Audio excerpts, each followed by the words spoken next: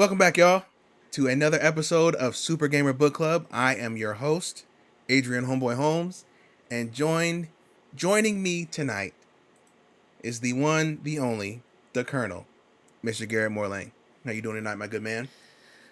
I am doing great. I'm currently sick at the moment, but you know what? Anytime I'm with you, I'm doing 100 times better. Feels so good just hanging out with you, my good pal Adrian. So, yeah, I'm ready. Ready to talk about this killer game. I appreciate that, my good man. Made me feel good right there. So this is episode 14 of Super Gamer Book Club, and this month's game is 2064 Read Only Memories. The mid boss with what is, in my opinion, a modern classic. It is a, how should I say? I'm trying to think of a way to describe it genre wise. I guess I would just call it maybe an adventure game in a sense, like a point and click adventure. According what I saw online somewhere, I can't remember where I saw it now. They call it a graphic adventure because it's kind of like a graphic novel / point and click adventure kind of game. So they called it a graphic adventure game. I'm like, oh, that's pretty apt. Also, I would like to add, it is one of the very few Christmas games that there is. Yeah, the story I was of not this expecting game that. takes place the week of Christmas and leads up to Christmas Day. Now, I'm only putting this out there as devil's advocate. I don't necessarily subscribe to this belief, but there's some people who would say just because it takes place during Christmas, it's not Christmas. A la, let's say, Die Hard. People say it's not a Christmas movie. I believe Die Hard is a Christmas movie. So I guess playing devil's advocate, is this actually a Christmas game or is it just a game that takes place during Christmas? I mean, there are many mentions to the fact that it is that week, that Christmas is coming up in the game. I don't think it's necessarily like, oh, we have to help Santa and save the elves to restore the Christmas spirit to, Neo SF. But yeah, I think just because the fact that it does take place in the week of Christmas and that there is a section that does deal with the holiday itself. I'm not going to say where yet because we're still kind of spoiler free. But I would classify it a Christmas game, I think. I think I would too. Like, again, I think Die Hard's a Christmas movie, so using the same kind of logic, I think this is a Christmas game. But again, I just had to throw it out there just to kind of challenge you a little bit, see if you falter. It's a fair challenge. It's a fair challenge, but I will die on that hill. I think it counts as a Christmas game as much as Die Hard counts as a Christmas movie. Heck yeah. So this is a 2015 original release by the developer Midboss. And it was originally released on Windows and back when it was Mac OS X, it was on there. That was the original release. It was only PC. So it is a point and click adventure game that is set in the city of San Francisco in the year of 2064, where the city is now named Neo San Francisco or Neo SF because of just how much of the radical changes that the future has brought to the city. Some of those major changes, of course, are there have been breakthroughs with genetic research that now allow, outside of just medical technology breakthroughs, they allow people to change their genetic code and mix it with pretty much anything that they can think of. So for an example, there are these people that society considers hybrids, which is like, oh, you took DNA of a cat and you mix it together with your DNA and now you have whiskers or now you have cat ears. And that is one of the main cruxes of the game, is how society is dealing with all these changes going on, not only with just us, but with the technology that we use, because there has been it's almost the biggest boom as when smartphones started to come around, like when the iPhone first came out. this is pretty much like the next iPhone drop. Like this is going to be ubiquitous in society, and that's called it's they're called ROMs. They're like basically think of R2D2 from Star Wars, but Yeah. there's like an application for everything for him. Like there's a ROM that serves water at the park. There's a ROM that cleans up crime scenes. There's a ROM that, you know, fixes the apartment building that you lives in. There's an air conditioner ROM. There's all different kinds. There's personal assistant ROMs, which is literally just like a Google Alexa or Google Alexa and Amazon Alexa that, or yeah, Google Home or whatever that like just follows you around and does your planning and searches things on the internet for you. And yeah, right. And then of course our story centers around a ROM that is in desperate need of your assistance, you being the main character, because a friend of yours that created this ROM has gone missing. And his name is Turing, which is right here. He looks like this. He looks like he's unlike any other ROM design that there has ever been. He's a custom made job by your friend Hayden, who works at the company that makes ROMs called Parallax. So Turing was a side project by Hayden that Parallax claims that they didn't know anything about, but clearly knew something about. I'm going to go ahead and cut this right now because this is spoiler talk now. So Parallax definitely knew that Hayden was making Turing because they killed him. I mean, big corporation murders somebody to keep information from getting out. It's classic textbook. Or in this case, just mess with their own technology. They were putting out their own technology and knew, oh shoot, what he's putting out could totally derail what we're putting out. Like, so we got to get rid of him. Crazy. So you as the main character, you're just kind of living your life. You're a journalist, and all of a sudden one night, Turing shows up at your doorstep and kind of lays out what's going on, that Hayden's gone missing. And through a series of events, that's when you learn, you become acquaintances with a really good hacker named Tomcat. And all three of you discover eventually that Hayden had been killed by Parallax. And now the plot of the game is for you and pretty much every character that you become friends with or meet with to help uncover what that mystery is and what Parallax is working on that they needed to kill Hayden to keep working on. Which in turn was their own AI that was going to be incredibly out of control because they did not put any safety parameters on it. They were just going to let it go onto the internet unchecked, unbalanced, and it was just going to spell catastrophe for everybody. So that is the overall gist of the game. Yeah. I have been talking for what feels like a million years now, but I wanted to lay that down for that groundwork. I do want to throw out there real quick. It also launched not only on Windows and on OS X, but also on Ouya. Never forget the Ouya. This team was forward thinking, man. They were like, look, the Ouya could be something. I was the same way. I was look, Stadia could be something. But, you know, it doesn't always work Stadia. Out. Rest in peace, Stadia. This game came out originally, it was just a text-based adventure point and click, and then it was based off a Kickstarter. And then once it gained popularity, they were able to use the funds that they got, and they did basically a DX version of the game where they added in a bunch of different scenarios. It's now fully voice acted. Melissa Hutchins, who is the voice of Clementine in The Walking Dead, actually voices Turing in this game.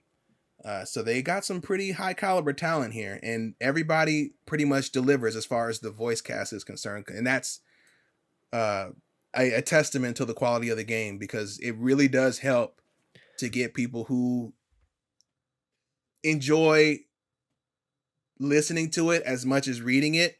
I think that definitely helps with the immersion to help you get in the world when people are actually saying the lines versus you reading them.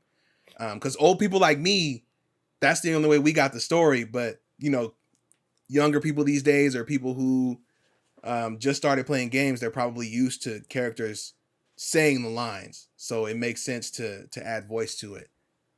I've been talking forever. I am a huge fan of this game. I have the collector's edition of it. I have t-shirts. I'm wearing mine now. I have pins. I have the soundtrack. I have everything. I cannot stop talking about this game, and I feel like nobody knows about it, which is crazy to me. But I'm just host, so it really doesn't matter what I think. Garrett, I'm gonna let you go because I need a drink of water. Go ahead. What did you think overall? Pretty much top thoughts, top level thoughts. Yeah, so I didn't really have any idea what I was getting into. You had kind of mentioned it was kind of like point and click, but I'm like, okay, what does that look like? What does that mean? Like modern day point and click, because that's just not really a thing nowadays. I also didn't realize it came out in 2015 until just like now, looking at the wiki here, and you talking about it. It's crazy. That's that old already. In my head, it's like within the last 2 or 3 years, maybe. But that's that's what's that? 7 years ago. Yeah. It came out on October 6th. Today is exactly 7. What the heck? Year what are the chances of that? We're recording on its birthday. Happy birthday, 2064. Yeah, I jumped into it, and right off the bat, like the soundtrack was killer. Playing this on the Nintendo Switch, by the way, my Switch OLED, absolutely gorgeous on the Switch OLED. Like the colors are just oh my gosh, it's so miraculous. The art style of this game, brilliant, so bright. I love it. So crisp. Those blacks are so black. The colors are so vibrant. So already I'm like, I'm in, because like I'm all about, if it has a great like just visual aesthetic and audio sound to it, like most times I'm hooked right off the bat. Like I don't need much more than that. Give me a good soundtrack and some good visuals, and I'm in. Not just pretty visuals, but like well designed. I like good design is in my visuals. Like I like good like a graphic or art style to it. An aesthetic. Like just because something's pretty, just because a game has incredible graphics, like The Last of Us Part 2, doesn't necessarily mean like that. Like, okay, yeah, it looks good, but that's not what grabbed me, you know. And a game like this was like, oh my god, because it's not like this has crazy graphics, but it just like looks gorgeous because of the art style they went with. And I was like, all right, I'm in. Let's see what happens. And boy, it was a roller coaster. At the beginning, I wasn't really sure what to think of. I'm like, all right, I'm this weird journalist. I spent way too much time on the laptop, like messing around with all the apps and stuff. Like I probably spent like way longer than I should have at the beginning of the game, just screwing around with stuff and just trying to figure out this world and the controls and everything. It's not hard, but there's also just a lot. So I'm like, okay, I want to make sure I understand everything before I move on. It is more intuitive on PC. I will tell you that, because you're able to just go and click on stuff instead of like that. Tick tick that tick makes tick sense. tick. That was probably the hardest thing with Switch, is like feeling like I'm like, no, I want to go to that thing, and I go over, and I try to go down, and it wouldn't let me go down. I'd have to go like over one more time, and then it'd let me go down, or something like that. Like it's like there's like weird little snags with some of the controls like that, but which is like, I feel like it would have been so easy to either A, let you use the analog stick and just have a little arrow like a mouse come up, or B, just let you use a touchscreen on your Switch. Like why wouldn't they like just do I thought like about that too, especially because it's especially weird because the version that you played on Switch, that's like a special edition for Switch. Right. The other ones didn't get that, like some of the updates that the Switch version got. So it's weird that they didn't think, Switch has a touchscreen. Maybe we could do something with that. Maybe, I don't know if it was too much work. Yeah. Or what. But it's definitely an oversight. I mean, they can always update it, but at this point, this game is 7 years old and they're already working on the sequel. So yeah. It's already, there. It came out on Switch 4 years ago. So it's like it's already been on Switch for a while. If they haven't done an update yet, they're not gonna. They're not doing it. But no, I really enjoyed this game. This game just really caught me off guard with, like I said, like the soundtrack, the visuals, even the story, the characters. It was way more thought provoking than I thought it was going to be. Like in my head, I'm like, oh, this is a fun little like graphic novel, adventure, point and click, whatever, just fun little game, you know? And then it's like digging into these like themes and ideas and topics are just like, oh, okay, you're gonna make me think, huh? All right. You're gonna ask me if robots are citizens, huh? Is that what you're gonna ask me? Do they have rights, huh? It's like, oh man, like this is some deep stuff I got to think about here. Like, okay, like, you know, I don't know. Yeah, it was just. I do like that about this game, though. Yeah. That it's it lures you in with, oh, it's just gonna be a murder mystery, and then it kind of expands out to include everything else with the hybrids, with artificial intelligence, and that argument that surprisingly I did not know, but people have been having these arguments for decades about artificial intelligence and what happens if, you know, an AI becomes sentient. You know, do you have to now treat it as if it were a person because it has the consciousness and the thought and the will of a person? So is that what qualifies as being a human, or do you have to also be made of flesh and blood? And that's been going on for, like I said, for decades. I had no idea until I did some research after playing this. So it's definitely an interesting concept. Oh yeah. Yeah. This game like dives right into it. Like, I mean, the first thing you're introduced to is obviously like with the hybrids and stuff like that. Like these people who either willingly or unwillingly, you know, are, you know, kind of spliced with different DNA and spliced. That's the word. What's that? Spliced. That was the word. I was saying grafted before. I think grafted works too. I just thought of splices. I couldn't think of a word, and I thought of BioShock. I'm like spliced. But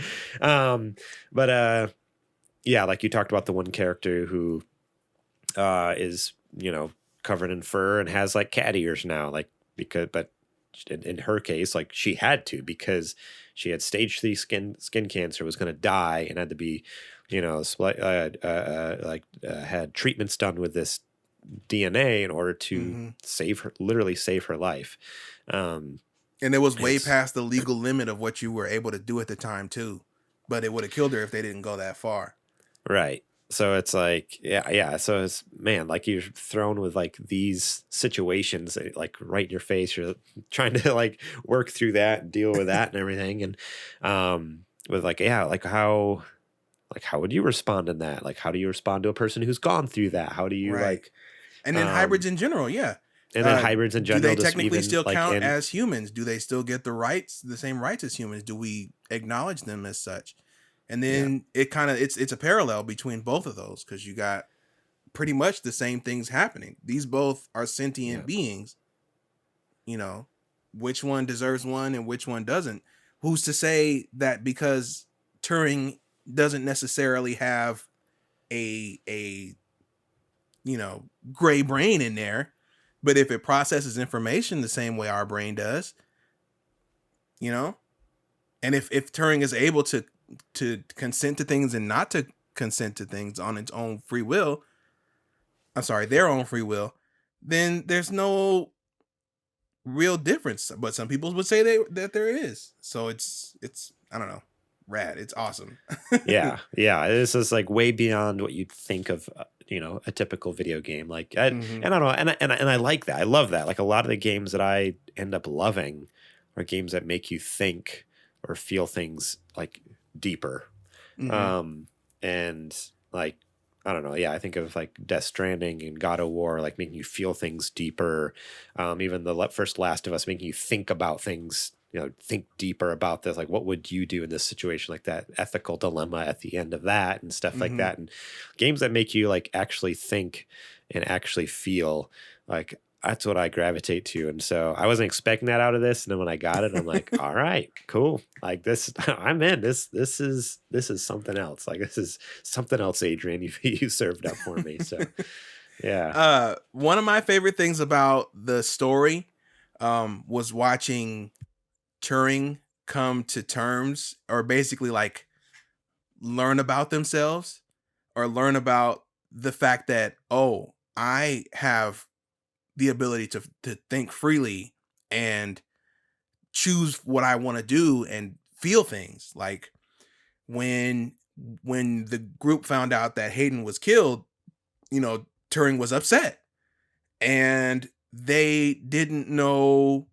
what to do with that emotion, which is a great indicator for that debate that we were talking about earlier, because a regular ROM would just process that information and you know it wouldn't even think twice about it. But Turing says that I actually have the ability to turn my emotions off, but I don't want to because I want to experience this. I want to feel this. So Turing is willingly choosing to experience grief because they want to know what the emotion is like. And that was really deep for me when I thought about that. I'm like,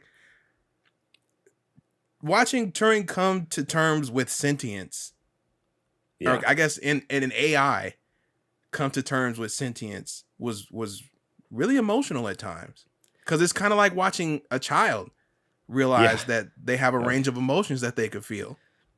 It's like watching a child, except like usually when you watch children go through that, they can't rationalize it. They can't necessarily communicate or talk, at least depending on what age they're at. And so like, it's like, it was very interesting because it very much was like a childlike realization, but with the intelligence of a freaking AI. Right. So it's like very articulate, and it's like, oh man, like this is so fascinating to see. And just or even like just watching Turing go through like just the stages of grief essentially over like Hayden and stuff like that, like losing hate, like feeling anger and rage, and it's like, oh my gosh, and then coming back down, and oh man, it very well done in how they did, like, how they presented the story in this game, with like every character felt so fully realized and like well written and thought out. Like nothing just felt phoned in or like, oh yeah, this is just a fun goofy indie game. Like this is a game that must have took years and years to write and get just right, because it felt it's just right all around, like perfect all around. It was crazy. Nothing felt phony or like forced or I don't know what's the word, like inauthentic. Right. It felt like it was something that people would actually say, or conversations that people would actually have. I mean, granted, you had your corny moments, like with when you went to go meet Charlie Nova, which is like a really big, television broadcaster, but he's supposed to be corny. He's a big personality like that. And I love that, like, because for the most part, like all the characters are very like serious and like and like we talked about, just like very well-rounded characters, and then you come across like the one or two like lighthearted characters, and it was honestly like a nice amount of levity to the game, because the game is very serious and like deep for the most part. So then to get like the Charlie Nova or the dude in the alleyway that you gotta like help make that the rap with, what was his name? Oh my God! Why? Look, I'm gonna get murdered over this. It's for something. For Moolah. For Moolah. Thank you. And even it's like those random characters that you meet throughout. They're just like, oh, okay, this is like just the perfect amount of this video gameness and funness as like help keep you in the game and not just feel too like heavy, I guess, in a sense. But overall, just incredible slew of characters that you come across. We didn't even talk about the boys. What's that? We didn't talk about the boys, the teenagers. Oh yeah, I totally forgot. It was Chad Oliver. And Ollie? Let's see, who was it? It was Oliver and who? He calls him Chad, but I don't know if he Oh, likes to be called Chad, or if Chad or Starfucker. yeah. I forgot. Yeah, he calls him Chad. He's like, that's not my name. That's Oh like the man. ultimate, like it's crazy to me. Like in 2064, teenagers are still naming themselves stupid stuff like that. Like teenagers are still teenagers, no matter how many. Yeah, they will though. You 100% like. Yeah, You'd like to think that one day teenagers will stop being stupid, but if you ever think that, if you ever think, oh, one day like teenagers aren't going to do the stupid things I did when I was a kid, just go on TikTok for like 30 seconds and that's it. You'll Go find to all the TikTok stupid for 30 seconds, or go to the mall for an hour. Yeah, it's like no, kids will always be stupid. Kids. Even with hologram technology and medical science that we've yet to even fathom, here they are giving themselves names like that. Oh my gosh.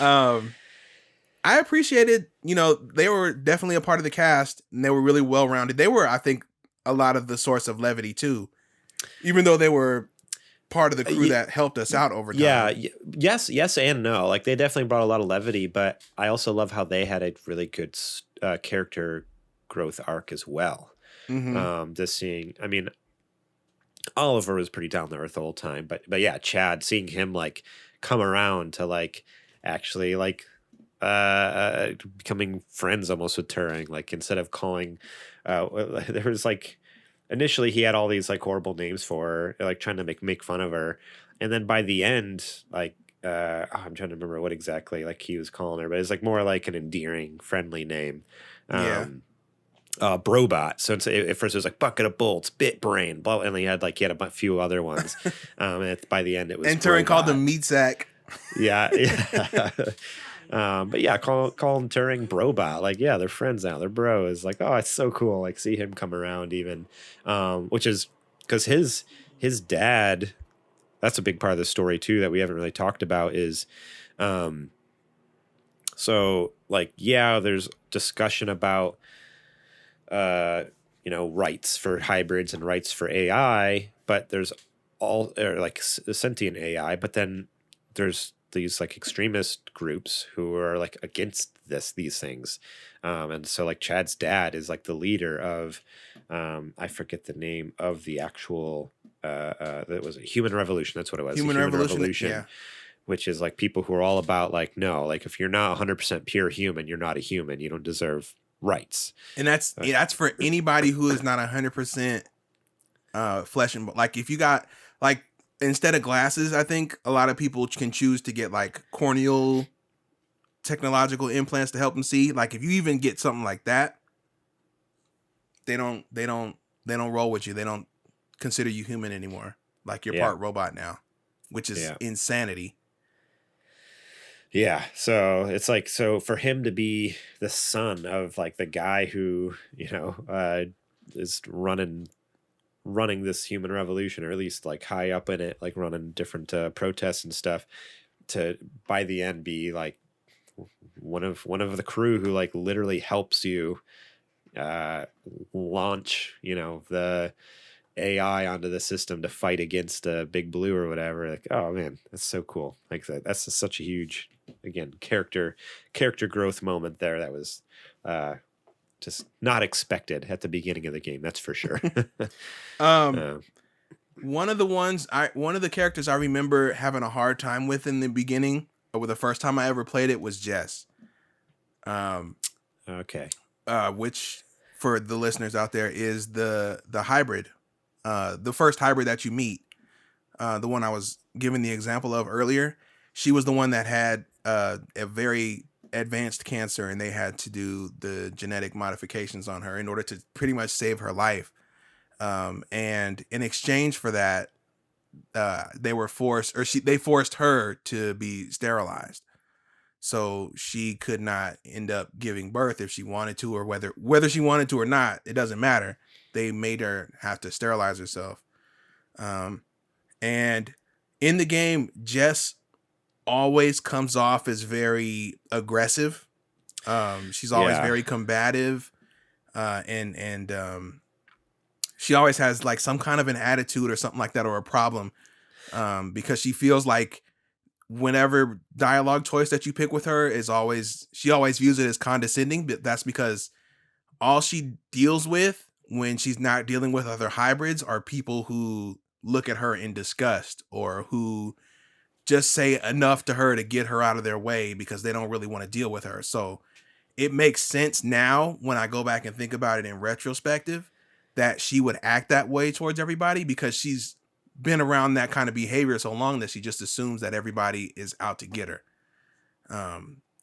But the first time I played it, I remember being like, dude, I'm just trying to help you. I really don't care what, you know, if you're a hybrid or not. I could care less. But then I have to remember that Jess doesn't know that I think that, and she's not going to give me the opportunity to express that thought.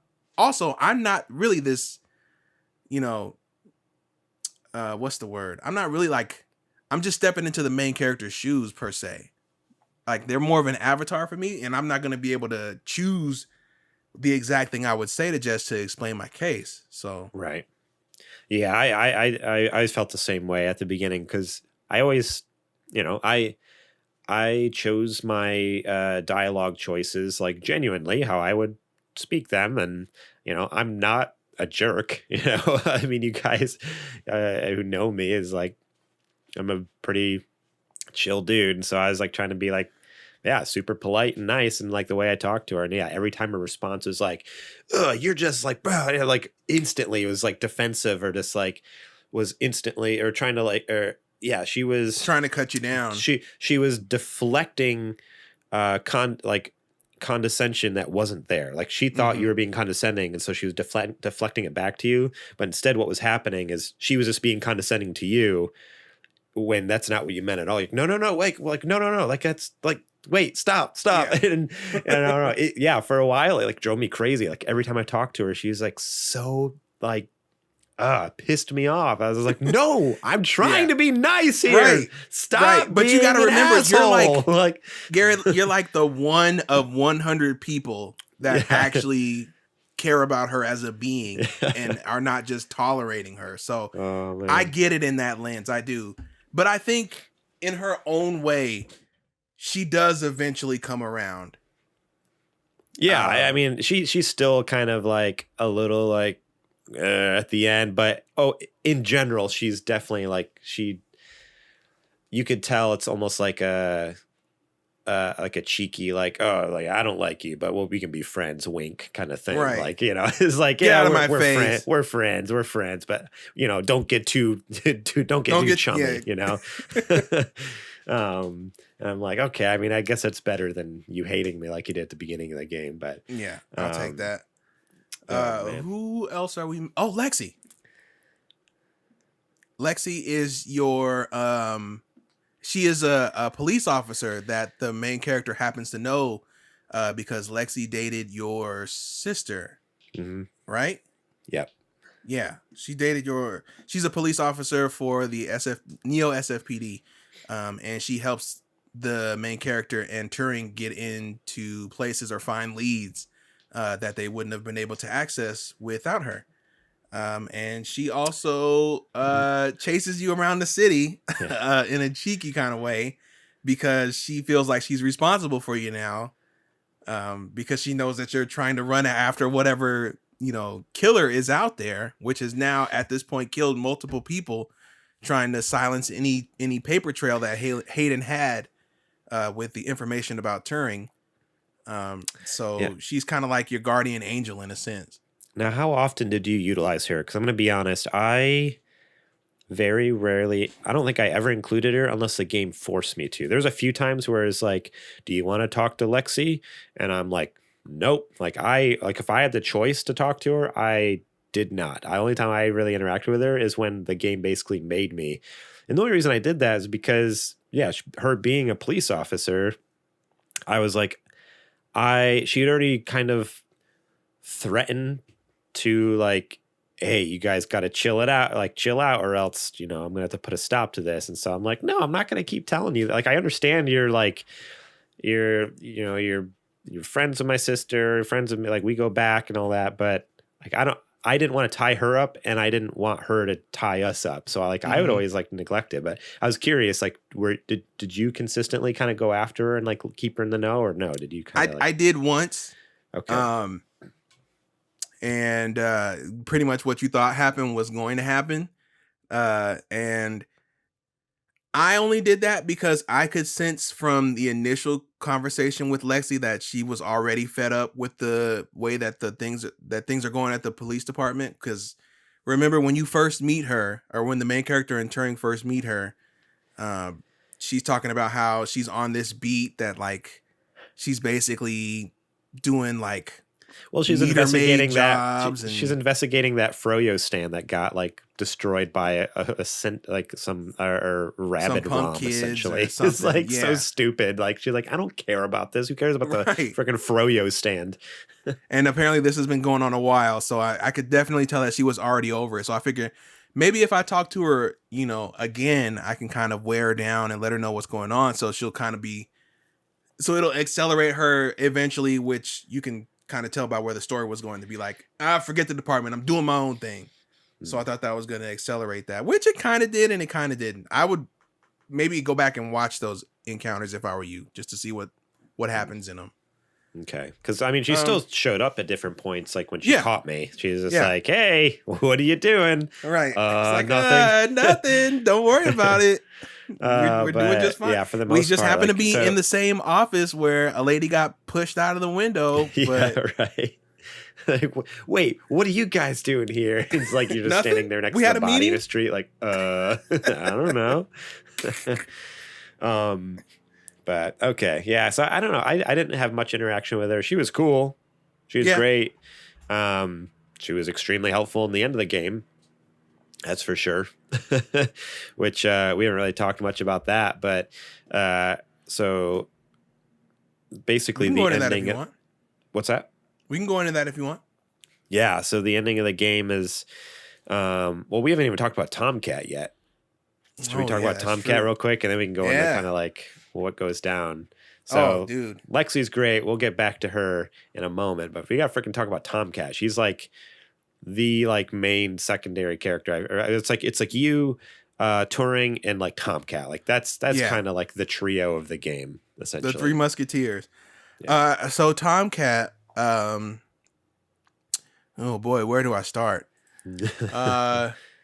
So you meet Tomcat at a local bar because they have information, or somehow they know Hayden. Oh, they worked with Hayden at they worked Parallax. with Hayden, and were supposed to. So what happened was when Turing comes to you, Hayden on his schedule had a meeting set up to meet with Tomcat. Right, supposedly, or something, or either right before he died, he did, or is right after. And so instead of Hayden showing up, you showed up for him at that meeting. Essentially, it's like, hey, are you Tomcat?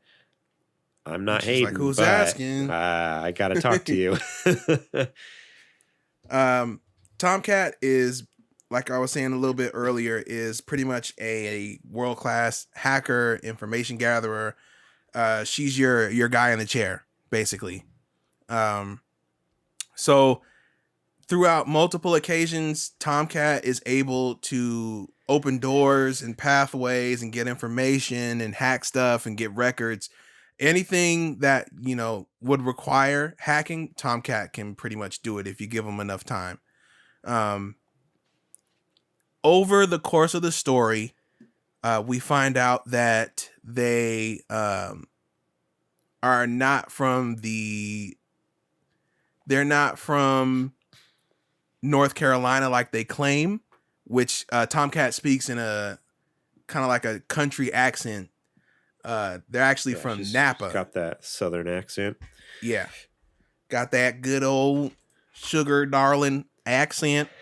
They're actually from Napa, but they took on the persona of their older sister, who was the original Tomcat and who was doing vigilante work against Parallax back in the day, because she felt the way about Parallax that Hayden did, which is why they got rid of her back in the day too. So Tomcat and her and their sister did one big hack on Parallax back in the day, and Tomcat ended up taking the fall for their sister, and unfortunately, the original Tomcat was killed in an accident.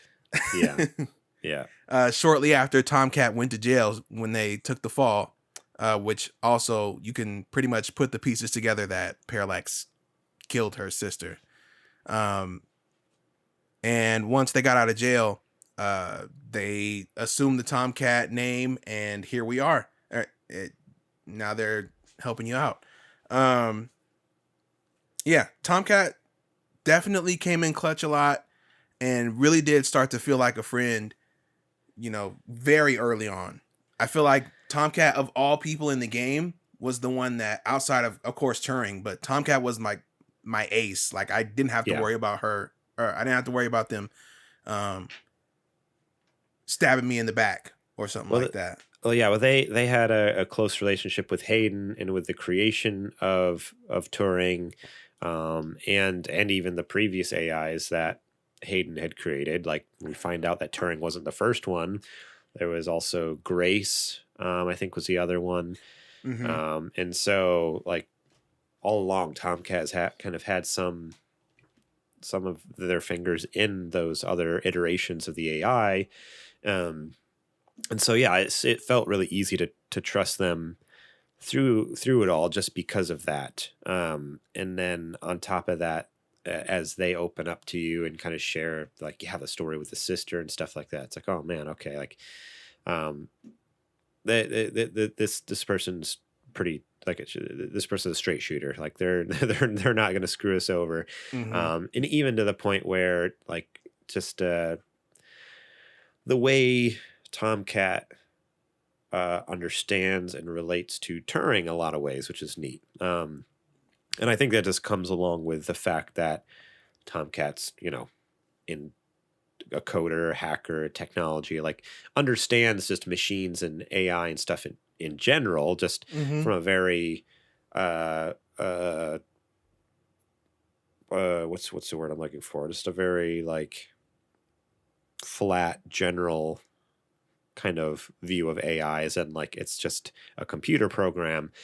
But then to see this sentient AI, sapient, I think that's the word they use too, sapient AI. Mm-hmm. Like, I don't know, it was just really neat. Like, whenever Turing was sharing things, like, Tomcat really almost encouraged Tomcat encouraged Turing to continue. Like, yeah, like, okay, like, how does that make you feel? What are you thinking? Like, I don't know. It was just really neat to see that, because, like, for me as the human in the situation, granted, Tomcat's a human too, but I mean, like, the human with no technical skills and no understanding of the AI and no understanding, like, of you're like you're the least other, right? yeah. Like, you're I not have no knowledge in any of the technology. I have no knowledge in this, like, world in general, and so, like, you're not an AI. In my mind, it makes sense. Like, I wouldn't necessarily be asking a ton of questions, or, like, even understanding how to communicate with Turing, because why would I? Like, my experience with ROMs is it's just a toaster that, mops my floors or something like that. Mm-hmm. And so it was really neat to have that character, have Tomcat, to be able to jump in and be the one to not only help tell the story, Your bridge. but tell the story by being, like, almost more of a friend to Turing than you could ever be, only because of Tomcat's understanding of AI and What Turing's going through. And the how like, almost being able to see the ties and bridges and connections between, say, sentient AI and humanity and stuff like that. Mm-hmm. So, yeah, I don't know. I just found that interesting, because Tomcat wasn't there. Like, it It would have stopped on the first day. I mean, yeah, as far as the story, there wouldn't be much more to go on, but even just relationship wise, like it wouldn't have made much more sense. Like I feel like there wouldn't have been more connection between Turing and your character either, Mm-hmm. because you needed that bridge to bring you and Turing together. That to help you understand, like Turing not only understands the AI but understands humanity and helped explain things for both sides. Helped explain to Turing what the heck the main character was doing and other human characters are doing, and then Mm-hmm. help explain to me why is Turing doing the things they're doing and saying And things. even So Tomcat sometimes was puzzled by Turing when Turing yeah, was explaining how they were feeling, and they were like, you don't understand what it's like to be fully aware that you're not, fully sapient yet. That, yeah, and Tomcat understood, the technical term of it, but there's no way that they can understand how that feels, you know, to have to process all of that. So it yeah, was also a good back and forth for Tomcat to be able to learn too, as far as Turing learning too. So there was a back and forth of experiences there for either one of them. yeah. Um, so I guess we can roll over to this part. So the former head of the Parallax Corporation, Yannick Fairlight, has pretty much been scheming since he was kicked off the board a long time ago to try to get his seat back by any means necessary. Um, he was going to use the fact that Big Blue was going to get out there and pretty much destroy everything, which would bring Parallax's value down pretty much through the ground. And that's when he was going to buy up most of the shares and get his seat back on the board and try to rein everything back in. However, he did not anticipate that your main character and Turing and Tomcat were actually trying to upload Turing's source code to Big Blue so that it would distribute sapience to pretty much all ROMs or all machines and make them all become sapient and make them all have consciousness. Yeah. And his one of the people in his employ, which is, oh my god, why do I always forget names? That's like the Decker. worst. Yeah. Named Decker.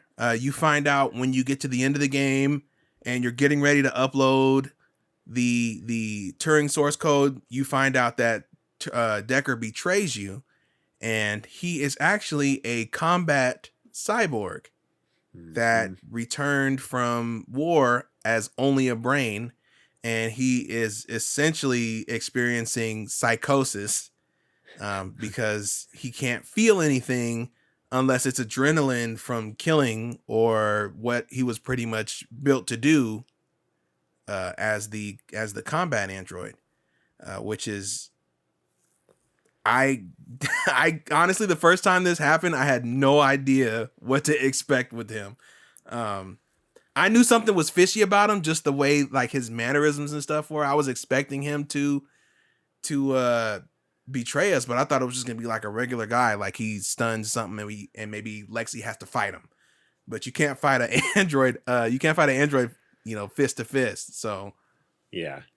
Yeah. When that segment started up, I loved it so much because I already loved so much about this game up until that point, and then for it to just like, and it's not for a huge section, it's just for like a few moments, like a few minutes that you're playing this, but it turns into like straight up like analog horror almost. Like it's just like, oh, dude, this my is heart like was terrifying. I was on a plane playing it, and like the sound design like was so good. I had my headphones in. The visuals are so good. Like the sound effects, the voice. Oh man, that moment. Like I don't think that would have hit as hard without the vocal, without the voices. Like if there was not a vocal track on there, if it was just the text, I don't know if it would have quite hit as hard. Like there's something about the performance of those vocal lines with the vocal effects that they put on there that just make it absolutely terrifying when he is like slowly degrading into just like from losing 100% of his humanity and just falling into this pit of just Operation Kill. And he's literally a Terminator. I love like as he starts getting damaged and like falling apart, like it's just like the red eye, the metal head, like it's just a Terminator. It's what he is, which is great because I think they even make a reference earlier on in the game to why can't I think of it? What's the company in Terminator that makes it T-100? Cyberdyne, whatever it is. Like they make they allude to the company or whatever. And so like, I love how like, oh, of course, like he's just a Terminator. Like they just like, but so much scarier, dude. Like it's like if Terminator was a horror movie, and it's just for a few moments where it's like this little mini game. You're trying to outrun him and stay away, but it's so tense. Like you were saying, it was just like, oh my gosh, what's happening? I don't understand. Like, can you stay away? Like, are you closing doors trying to keep him away? He's getting closer. Oh man. Yeah. That was an intense section, and I absolutely loved. I love that they like kind of freshened up the end of the game for you. It wasn't just like, hey, we got in, we got out, woohoo! Like it's like, nope. All right, here's a wrench. Work for this. Yeah, what you've been doing. Well, we're switching it up. Now the game is this, and you're running from Decker because he's murdering you. Oh, so good. But of course, you best Decker. Turing does one last. What would you call it? Like a flare, almost like a super taser. It's almost like Turing almost sets off like an EMP or something like that. Like obviously it isn't because like Turing survives barely, but yeah, it's like a mini EMP that just like just totally pulverizes Decker, and it was intense. Like sacrificed their own life to kind of save you in a sense. Like. Yeah, it's crazy. Yeah. So you end up, Turing is on pretty much reserve power at this point.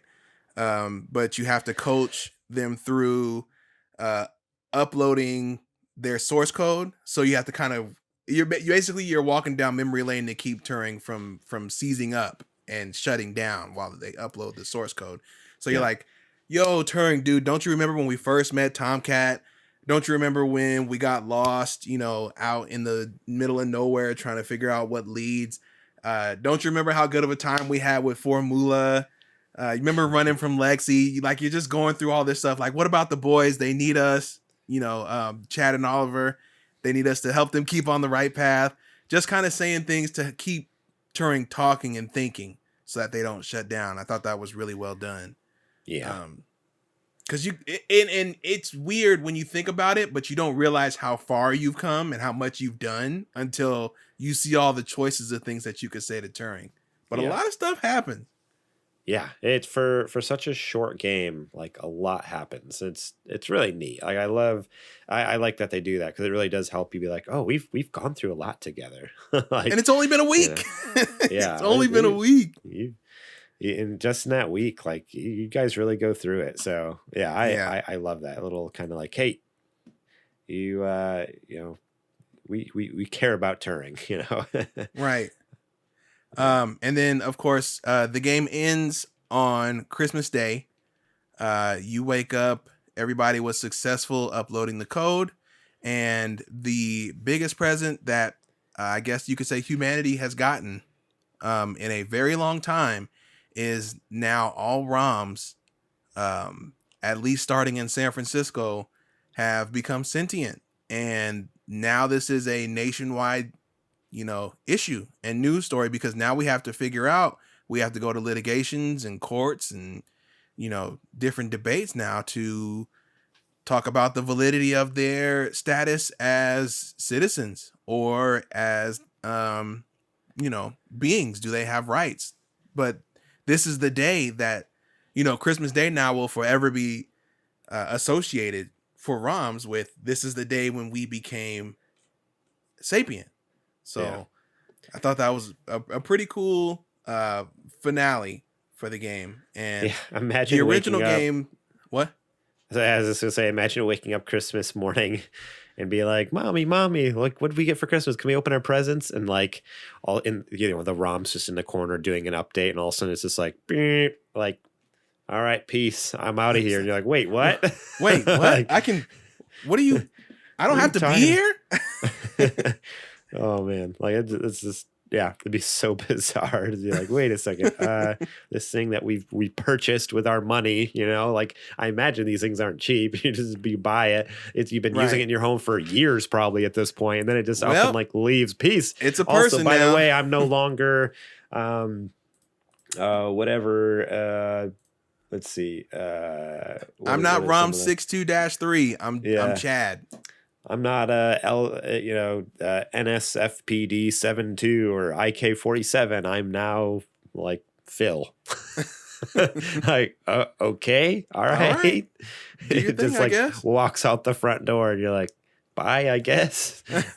Do we get our money back? I don't know. Like that would I don't know. just Talk be to Parallax. thinking about if you're in that situation, like that would just be so bizarre. Like if your vacuum cleaner just like, see ya, I'm out of here, and like leaves. You're like, wait. I'm But moving to Ohio. how Oh, am I okay. gonna vacuum my floors? Like I don't understand. Like what am I gonna do? Like your blender's just like deuces. Like have fun, make your own milkshakes. Um, yeah, that's pretty much the plot of the game. In a nutshell, I absolutely adore this game. I said it at the top, and I'll say it here at the bottom. It is a straight up 10 for me. It's very rare that I give those out, but this game definitely earns it. The soundtrack, the artist Too Mellow made it from top to bottom. Absolutely killed it. It's so good. The designs on the characters are excellent. I love that if you're far away, it's kind of like just a silhouette of the character, but when you're talking to them, like it's that big window of them, and that's where it's animated, and that's the detail. Like, Yeah. so yeah. you get your brain gets the information that the person is in front of you, but you actually see yourself having the conversation with the character right there. I thought that was a pretty rad design choice. I mean, of course, it's been done before, but it hasn't been done in a long time because they don't make a lot of point and click adventures anymore. But yeah, I agree with you 100%, Garrett. The aesthetic of this game is out of this world. I honestly cannot think of anything that I would change as far as the game goes. Is it a perfect game? I mean, of course not. There's always things that, could go wrong, or, things that maybe they could have spaced a little better or could have planned out a little better to execute. But as far as a total package, there's very, very little that I could complain about with it. Yeah, this game is definitely up there. Like I'd have to give it like an 8 or 9. I don't know if I could give it like a perfect 10 just because mine's not a perfect 10. It's a 10. It's a masterpiece Yeah. to me, but it's not Yeah. perfect. Yeah, but it definitely like it had a lot of the right things. Like I think the only things like I don't know. I guess now that I'm The thinking about controls it, you were I saying. can't think of things I would necessarily change or add, but I don't know. I think I could give it like a 9. Like I definitely would. It's a very high 9. Like if I give like a 9.9 almost, 9.5 or something like that. Fantastic all around. So I mean, if you're just looking for fun gameplay with good tunes, like good soundtrack, go for it. If you want a good story, go for it. If you want a game that's going to make you actually like think about things and think about your responses to people, like I love like the dialogue tree, because you have if you wanted to, you could be a complete jerk all the way through it. Like there's different endings. Like we kind of talked about one ending, and I assume we kind of basically got the same ending, but there's like a couple good endings, a couple bad endings, and yeah, I don't. Two of which don't know I will never end up seeing because I know. cannot be mean to Turing. I don't know what kind of monster you'd have to be to like be a jerk to anyone in this game. Right. To Turing, to Jess, to Tomcat, whoever. Like anybody. I don't know how horrible person you'd have to be. But yeah, I definitely highly recommend this game because it's fun and it's a good story and it's a fast game, and like it's it's not going to take up a ton of your time, but again, also you're gonna want to stay there as long as you can at the same time. It's like I love that. I'd rather a game not leave you wanting more. Like leave you wanting more than just like, all right, let's get out of here. Like let's wrap this up. Like no, the whole time I'm like, oh, this is so good. Oh, I want more. Oh, which I think in the Switch version there is like some DLC stuff. Yeah, it's a I fun don't know little if it's epilogue. okay.